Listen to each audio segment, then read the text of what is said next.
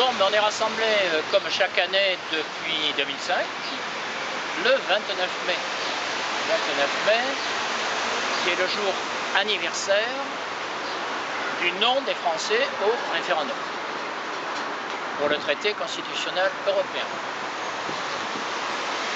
Depuis lors, nous disons que la situation actuelle implique deux choses: la démocratie, la solidarité. Et le moins qu'on puisse dire, c'est qu'aucune des deux n'est franchement à l'ordre du jour jusqu'à présent. La démocratie, la démocratie, c'est d'abord, lorsqu'un peuple a voté quelque chose, de respecter son vote. Or, le 29 mai, c'est non seulement un vote du peuple français, mais c'est ensuite un coup d'État, il faut bien appeler les choses par leur nom, un déni de démocratie qui aboutit à refaire le même traité, en prétendant que ce n'est pas le même d'ailleurs, et qui nous amène à cette situation que quelqu'un que je considère comme un petit génie a résumé dans une phrase que j'ai reprise d'ailleurs plusieurs fois. C'est un lecteur de Télérama qui a dit: nous sommes dans une situation où il est plus facile de refaire voter le peuple irlandais pour faire accepter le traité de Lisbonne que de rejouer un match de foot gagné en trichant. C'est une époque formidable. Je trouve que cet homme mérite une médaille. L'ennui, c'est que je ne sais pas qui c'est. Mais si j'en avais une et si je savais qui c'est, je lui donnerais, ça c'est sûr. La deuxième chose, c'est la solidarité. J'ai été, parce qu'il n'y a pas d'avenir, surtout dans la période actuelle, sans peuple. On a besoin d'un peuple. Et un peuple, c'est une solidarité collective.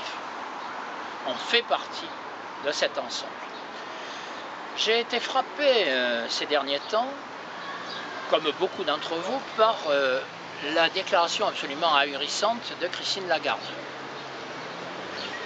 où elle nous a expliqué que oui, d'accord, c'était peut-être embêtant que certains Grecs ne puissent pas se faire soigner compte tenu des contraintes qu'on leur impose, et qu'il serait embêtant que les femmes grecques ne puissent pas avoir de sages-femmes pour accoucher, mais que ça ne la choquait pas, parce qu'au Niger, il y avait des enfants qui avaient un tabouret pour trois, et que ça, c'était beaucoup plus grave.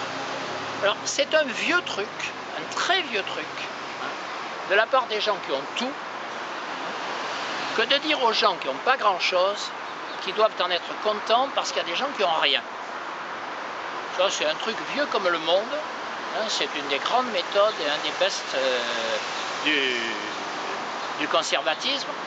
C'est d'autant mieux d'ailleurs que ceux qui n'ont rien, grâce à la politique de gens comme Christine Lagarde, continuent à n'avoir rien, ce qui permet de faire pression morale sur ceux qui n'ont pas grand-chose, tout en conservant les avantages au niveau de la classe dirigeante.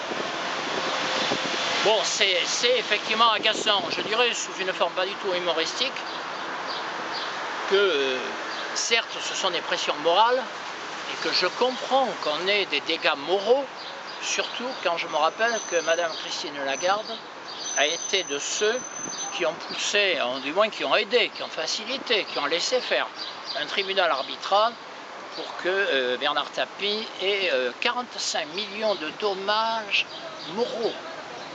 Ce qu'il avait, paraît-il, des angoisses vu de toutes les misères qu'on lui avait faites.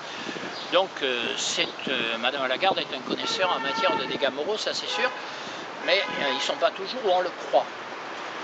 Donc la solidarité, le progrès social, c'est aussi l'élément de cohésion d'un ensemble qui s'appelle le peuple. C'est une des conditions du bon fonctionnement de la démocratie. Aujourd'hui, nous sommes dans un moment nouveau. Bon, il y a eu une élection.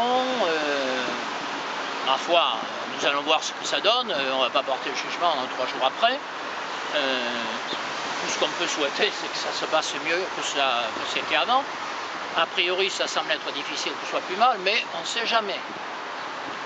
De toute façon, nous attendons les résultats, nous restons sur ce que nous avons dit depuis le départ, à savoir qu'il n'y a pas de solution sans rétablissement des principes démocratiques et républicains dans ce pays, et que ceci passe par la reconnaissance du peuple, et en particulier, comme nous l'avons signalé plusieurs fois, par l'élection au suffrage universel d'une assemblée constituante qui représentera ce peuple dans toute sa diversité politique. Voilà.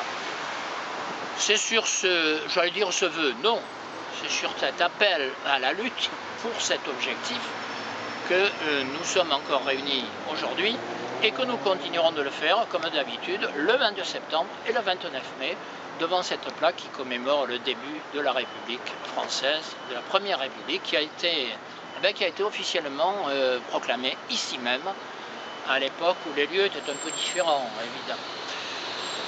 Eh bien, merci d'être là.